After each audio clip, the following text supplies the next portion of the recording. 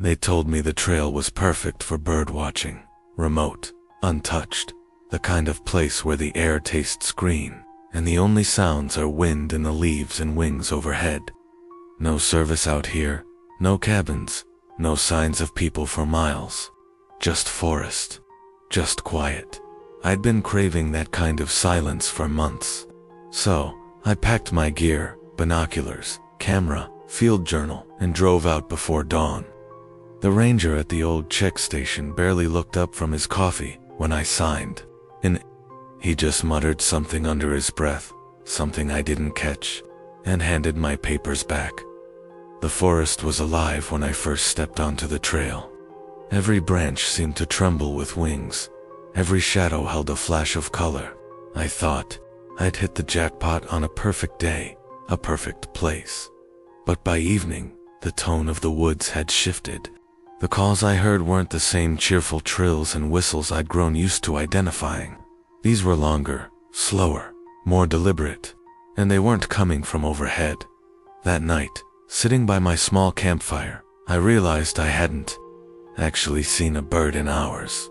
But something had been watching me all the same, and then I saw pairs of eyes in the trees. Too high for a fox, too still for an owl, too wide. They didn't blink, and no matter how still I sat, they never looked away. I haven't told anyone this before. Not my friends, not my family, not even the guy who sells me my coffee every morning, the one who somehow knows when I've had a bad night's sleep just by looking at me. I've kept this to myself for weeks now, but lately, the silence has started to feel heavier than the memory itself. You seem like someone who's seen strange things too. Someone who wouldn't laugh or tell me I imagined it. Someone who knows there are places in the world where rules don't work the way we think they do. That's why I need you to promise me something before I start. Promise me you won't try to find it. Don't go looking for that trail. Don't go looking for that cabin in the woods. Don't do what I did. It's easy to think the middle of nowhere is safe and peaceful even. The brochures and hiking forums make it sound so harmless. A great weekend escape, they say. No cell signal, no traffic noise, just you and nature. And yeah, for the first day, that's exactly what it felt like. I remember unzipping my tent that morning, stepping into the cool air, and thinking I'd made the best decision of my life. The forest seemed endless, green shadows stretching in every direction. My boots crunched over soft soil, my binoculars swinging against my chest as I scanned for movement in the branches. The thing about birdwatching is, you get good at stillness. You learn to listen to the quiet between sounds. You can tell when a forest feels normal, when the wind is carrying on like it always hasn't, when it's holding its breath. That second day, the quiet changed. It wasn't the peaceful kind anymore. It was the kind that makes you glance over your shoulder without knowing why. The kind that makes the hairs on your arms stand up even though the air isn't cold. By nightfall, I was sure I wasn't alone. You ever stay somewhere with no signal? It's freeing at first. No buzzing phone, no endless notifications. But when things start to go wrong, that's when you realize how dangerous it is. You can scream if you want. You can run, but without service, without neighbors, without anyone. You're just an echo trapped in the trees. I'd picked a spot near an abandoned cabin. Not that I planned to stay in it. It looked like it hadn't been touched in years. The wood was warped, the windows coated in a film of dust and spider webs. But I figured, worst case, if a storm rolled in, I'd have some kind of shelter. That night, lying in my sleeping bag, I started hearing things. Not just the normal forest noises, rustles, twigs snapping, wind sighing through leaves. These were deliberate sounds. Slow, heavy steps circling my camp. Pauses that felt like whoever or whatever was out there was listening to me breathe. I told myself it was an animal. I even whispered it out loud. Just a deer, maybe a raccoon. My voice sounded small in the dark. But then came the noises I couldn't explain. A soft tapping, like fingernails on wood, coming from the direction of the cabin. A low hum that wasn't wind, wasn't water, and didn't fade when I covered my ears. I didn't sleep that night, not a second. And when the sun finally came up, I told myself I'd pack my gear and head back to the car. But I didn't. I don't know why. Curiosity, stupidity, that strange pull you feel when something wants you to stay. You've probably heard stories about people wandering too deep into the woods and not coming back. I used to think it was because they got lost. Now, I'm not so sure, because sometimes the forest finds you first, and once it has you, it doesn't let go. That's why I'm telling you this now, because ever since I came back, I haven't been the same. I still hear those noises when my apartment is quiet at night. I still wake up from dreams where those eyes are watching me through my window. Even though I live on the 3rd floor, I just need someone to listen, not to fix it, not to tell me it's in my head, just to hear me, because I don't think I left that forest alone.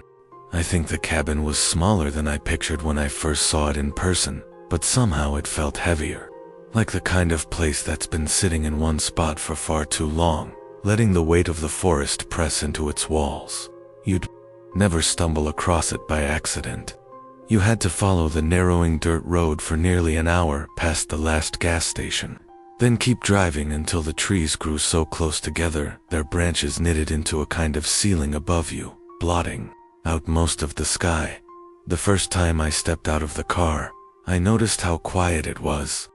No distant hum of traffic, no faint mechanical buzz from power lines, no planes overhead, just the wind moving through the pines in long, steady breaths. Even my own footsteps on the dirt felt too loud. The cabin itself sat in a small clearing, its wood dark and swollen from years of rain and snow. The boards bowed outward in places, and green moss clung to the shaded side like it was trying to swallow the place whole. A stone chimney leaned at a slight angle, just enough that it made you wonder if it was still safe to light a fire in it. The porch sagged in the middle, letting out a long, tired groan when I stepped onto it, and the railings on either side were soft to the touch from rot. The windows caught my eye right away, not because they were broken or boarded up, but because of the glass itself. It was cloudy, almost opaque, with decades of dust and streaks of something I didn't want to think about. When I got closer, I realized they also had this faint reflective quality, like they were trying to show me something that wasn't quite there. The guy who rented me the place, Earl, handed me the keys without much small talk. He didn't seem like the type to enjoy long conversations, but there was something in the way he looked past me toward the tree line that stuck with me, like he was waiting to see something move. He gave me 2 rules. First, don't go wandering at night. Second, if you hear something in the trees, don't follow it. He didn't laugh after he said them, didn't wink to let me know it was just a joke. He just looked at me with these tired, bloodshot eyes, the kind that suggested he'd been up for nights on end. I think I smiled awkwardly, told him I could handle being alone. That's what I was here for. After all, no cell signal, no neighbors, no deadlines, just me, the woods, and quiet. I didn't notice until later how fast he left after unloading my bag from his truck, like he couldn't stand being here a second longer than necessary. Inside, the cabin smelled of cedar and something faintly metallic. The layout was simple: a small kitchen to the left, a narrow hallway leading to the bedroom and bathroom, and a living room with a low ceiling that seemed to push the air down.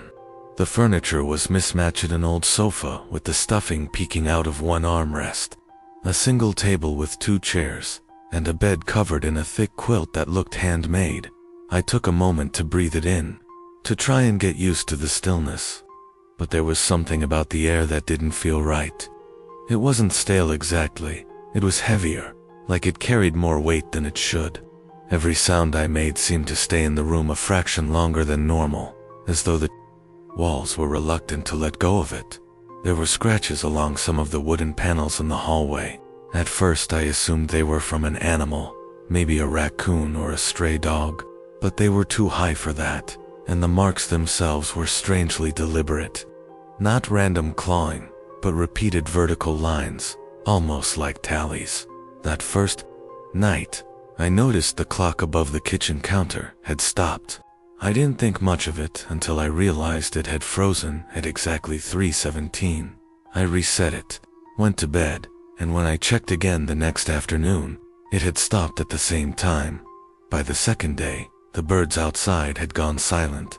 I don't mean they were quieter. I mean it was like someone had flipped a switch and erased them entirely. No chirping at dawn, no rustle of wings in the branches, nothing. The absence was so complete that it made me hyper-aware of every other sound. The third strange thing happened on the evening of my second night. I was moving past the living room window when I caught my reflection looking back at me. Only I'd already stepped out of frame. My body had moved on, but my face was still there for a fraction of a second longer, staring back at me with this hollow expression I swear I wasn't making. I tried to laugh it off.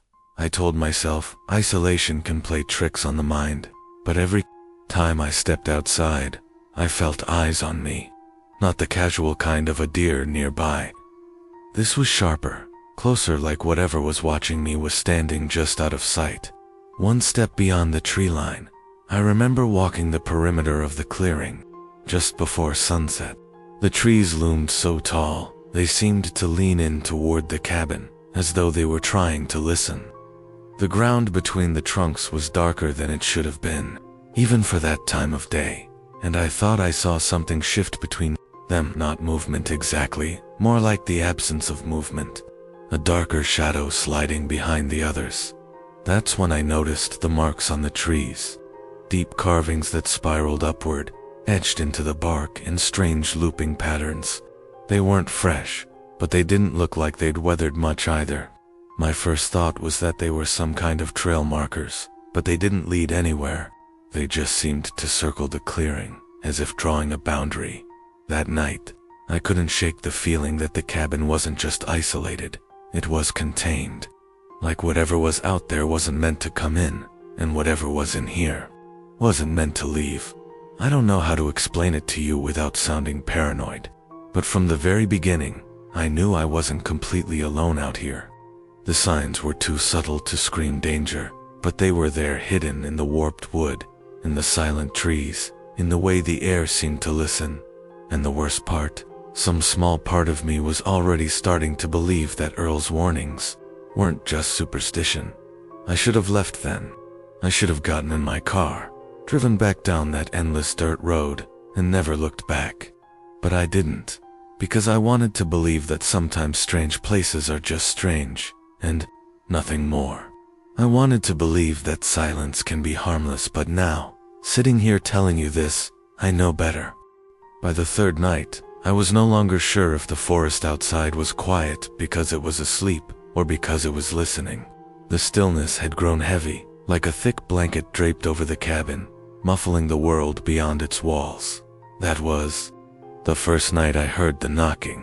It was soft at first, so faint that I thought it might be the wood settling. 3 slow taps, spaced just far enough apart to let my mind fill the silence between them. I lay in bed, holding my breath, straining my ears. Then it came again, 3 more, this time louder, sharper. Not the sound of a building shifting, but of knuckles against wood. I waited for it to stop. It didn't. The knocking didn't come from the front door or the back. It moved. Sometimes it was at the wall near my bed, sometimes from the floor beneath me. The worst was when it came from inside the walls, as though something was crawling between them, testing for weak spots. I told myself not to check, not to play into whatever this was, but the sound didn't want to be ignored. The following night, I woke to the creak of the front door opening. I had locked it. I was certain I had. I stayed in bed, listening, my eyes fixed on the thin strip of moonlight spilling across the floor from the living room. The door clicked shut again, slow and deliberate, as if whoever had entered didn't want to wake me or wanted me to know they were there. I got up in the morning to find the door still locked from the inside. My dreams started changing. At first they were vague, shifting shadows and distant whispers I couldn't quite make out. But then I began to hear words. My name, spoken in a voice that wasn't mine, wasn't anyone I knew. Sometimes the voice would tell me to look outside, other times it told me not to move. When I woke, I'd hear the exact same words echoing faintly in the cabin, as though the dream had followed me into waking life. The strangest thing was the furniture. One night the small wooden chair by the table was gone. I searched the cabin, but it wasn't anywhere. Not in the kitchen, not in the bedrooms, not even outside.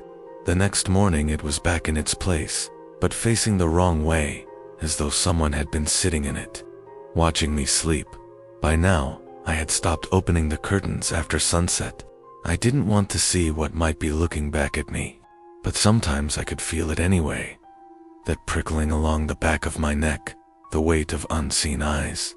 The air inside the cabin felt colder at night, heavy with a damp, earthy smell, as if the forest itself had crept indoors. The disturbances never came all at once. They escalated slowly, deliberately, like something was testing me, watching how much I could take before I broke. Knocks became scratches. The voice in my dreams began answering questions I had never asked aloud, and every morning, no matter how I tried to convince myself it was just the wind, or the old wood shifting, or my mind playing tricks, I knew deep down something was in here with me. It was the 5th morning when I found the journal. I hadn't been looking for it. I had been pacing the cabin, trying to convince myself that I hadn't really heard the scratching inside the walls the night before, that I hadn't seen the chair move on its own. I'd stepped on a loose floorboard near the corner of the bedroom, a spot I'd walked over dozens of times without noticing anything strange. This time, though, the wood shifted under my weight with a hollow groan, as if it were holding its breath. I knelt down and pried it up. Beneath it was a small, dusty cavity, no bigger than a shoebox. Inside was a leather-bound journal, its cover cracked and flaking, the pages yellowed and warped from years of damp. I hesitated before opening it, my fingertips tingling like they'd been holding something electric. It felt wrong to touch it, but something in me needed to know. The handwriting inside was cramped and erratic, sometimes slanting upward, as though the writer's hand had been shaking. At first, the entries were mundane notes about hunting trips, repairs to the cabin, strange weather in the fall of '62. Then, about halfway through, the tone changed. The writer began describing noises in the night, knocking, scratching, whispers. The more I read, the more the entries began to mirror what I had been experiencing.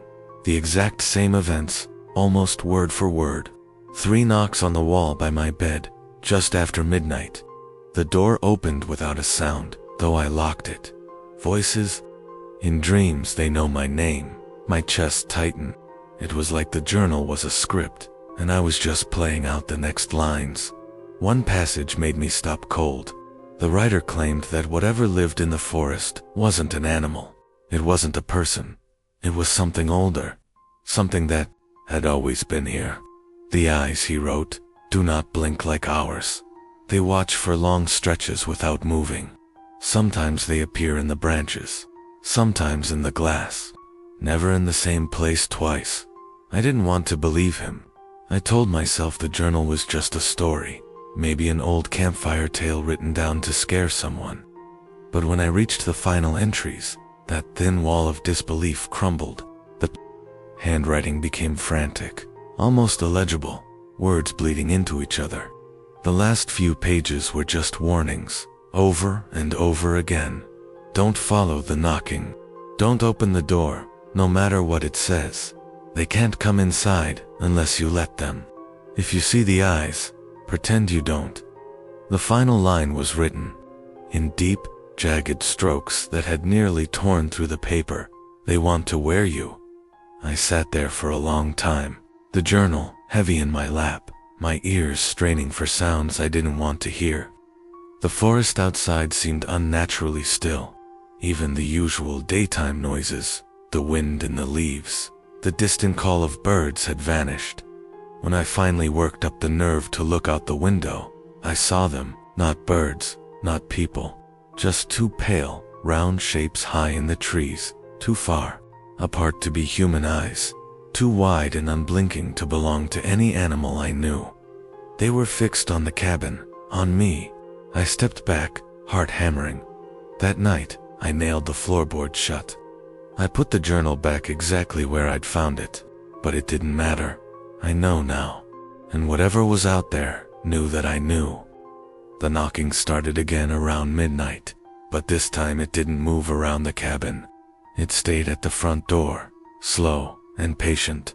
3 knocks, a pause, 3 more, and in the spaces between, I could swear I heard breathing. The voice came next, not in my dreams, but in the waking dark, seeping through the wood like water.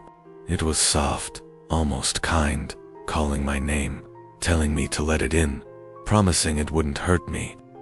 My hands gripped the blanket so tightly I thought the fabric would tear. I didn't answer.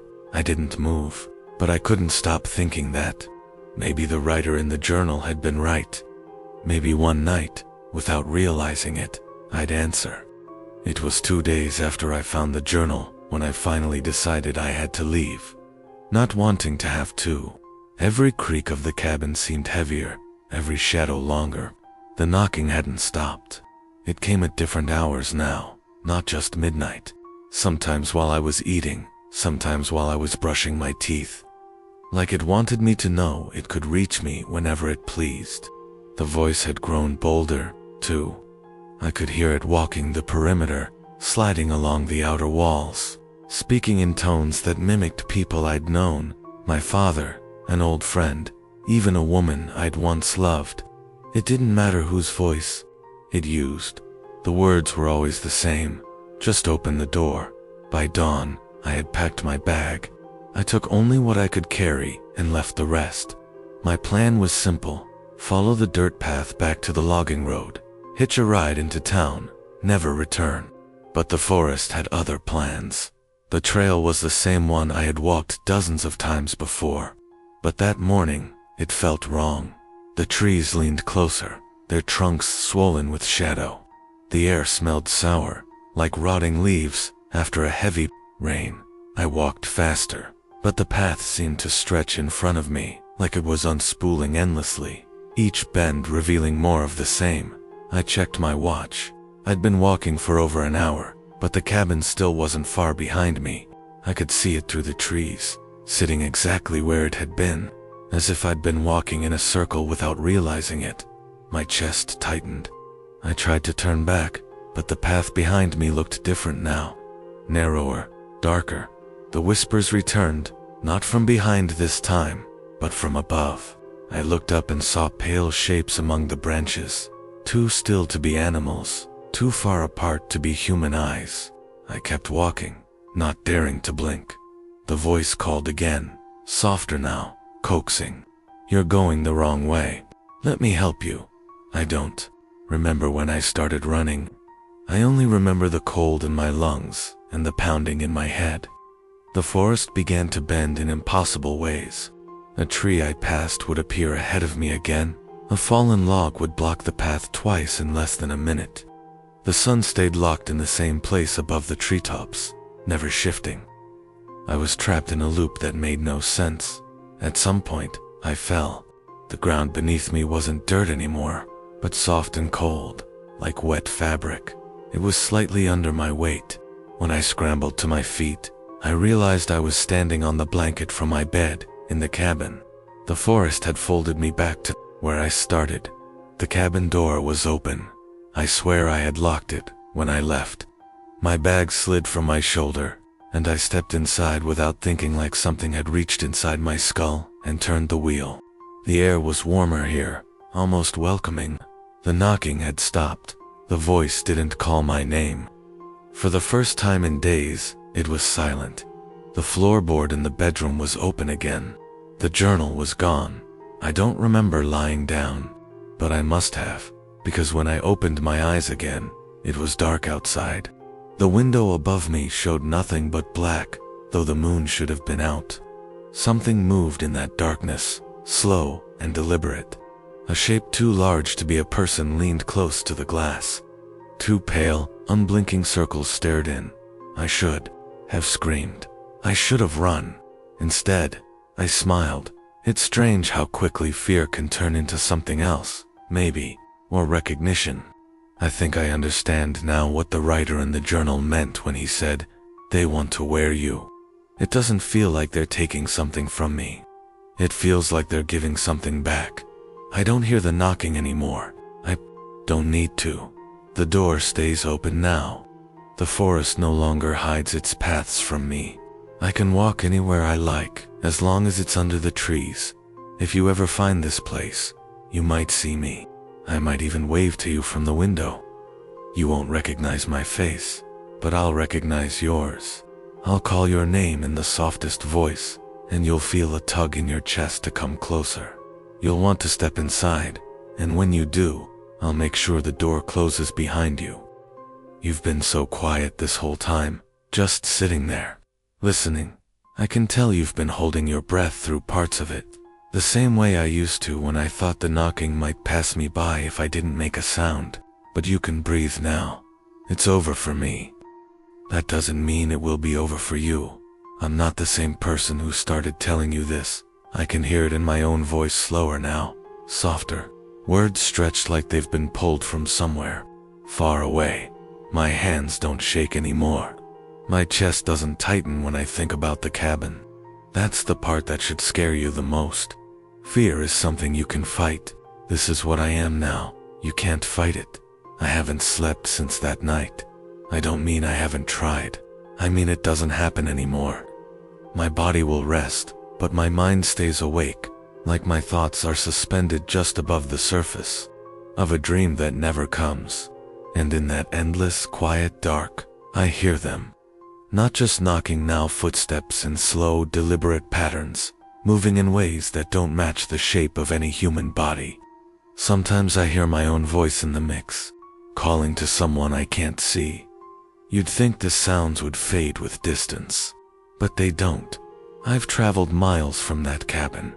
I've stayed in other towns, other states, but the knocking always comes back. The voices always find me. It's like I'm a doorway they can carry around with them. I'm never outside of it. The journal is gone. I don't know if I left it there or if it followed me the same way they did, but the words are still in my head. I can feel them pressing against my skull when I close my eyes. They want to wear you. I understand now that it wasn't just a warning. It was a promise. Sometimes, in the middle of the night, I'll catch my reflection moving a split second out of sync. Just enough to notice. Just enough to remind me I'm not completely alone here anymore. I've stopped checking mirrors for too long. I'm afraid, if I look too closely, I'll see something in my eyes, staring back, not hostile, not angry, just patient. I'm telling you all this because maybe you'll believe me, and maybe you'll remember it when you need to. If you ever find yourself on that path in the woods, if you ever see the cabin, don't go in. Don't even stop to look. Turn around and leave while you still can. If you hear knocking, don't answer. If a voice calls your name, keep walking, no matter how much it sounds like someone you love. And if you can't bring yourself to leave, if you step inside, burn it. Burn it down to the foundation, and keep burning until the ground itself turns to ash. That's the only way, if there even is one. I can't do that now. The door is always open for me, wherever I go. The forest follows. The knocking follows. The voice is never far, so I'll just keep talking to you, to anyone who will listen. Maybe it's a warning. Maybe it's just the thing they want me to do, lure someone else to the door. I can't always tell the difference anymore. You should probably leave now. I think I hear footsteps outside. You've been listening for a while now. Maybe you've even been thinking about your own nights, the ones where something felt off. When the floor creaked in a room you knew was empty. When the air shifted, like someone stepped in close, but you couldn't see them. I need to know, has it ever happened to you? Have you ever heard footsteps when you were supposed to be alone? A door opening when you know you locked it? A voice whispering your name when there was no one there? Tell me. Write it down below. I read every single one. Sometimes, I even recognize the patterns in them. Sometimes, I see the same things showing up in different stories from people who I have never met. It's almost like whatever's out there is moving from place to place, testing different doors. Your story might help me figure out how far they've gone, or it might just prove that it's not just me anymore. Either way, don't keep it to yourself. And when you tell it, make sure you're not alone. Don't listen to the next story in the dark. Don't sit with your back to an open doorway. And if you do hear knocking while you're typing, don't answer it.